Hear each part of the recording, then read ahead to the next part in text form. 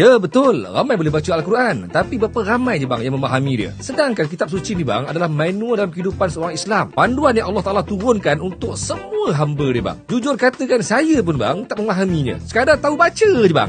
Kan bagus kalau ada cara untuk mudah nak bagi faham. Sebenarnya bang ada cara yang paling mudah tanpa perlu belajar bahasa Arab pun. Sebab rupanya ada kunci utama nak faham maksud Al-Quran ni. Caranya kan fahami maksud perkataan ni bang, dan cara paling mudah ialah gunakan Think Quran. Dengan faham maksud perkataan ni bang akan dapat memahami 900 perkataan dalam Al-Quran bang. Dapat juga bang menguasai 80% Al-Quran. Sebab sebenarnya kan bang, perkataan dalam Al-Quran kebanyakannya berulang-ulang. Tak susah mana pun bang. Sehari spend cuma 15 minit je bang. Istiqamah guna web Think Quran dalam masa 6 bulan, insya-Allah bang dapat faham 80% isi Al-Quran. Yang penting istiqamah. Bukan lama mana pun bang, 15 minit sehari je. Kos dia pun bang bukan mahal mana, RM399 je bang. Tapi kalau beli dengan reseller bang hanya RM299.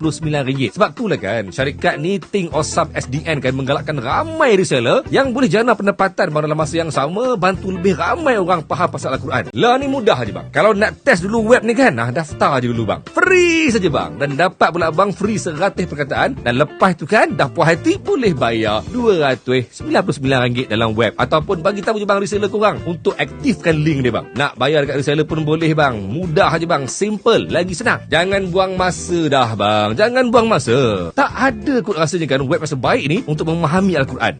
Bang, klik je link dan juga try dulu bang. Agak dah puas hati kan, baru teruskan. Selagi tak bertindak bang, selagi itulah kita ni kan kekal di takut lama, tak faham-faham Quran juga kan. Tak gitu bang.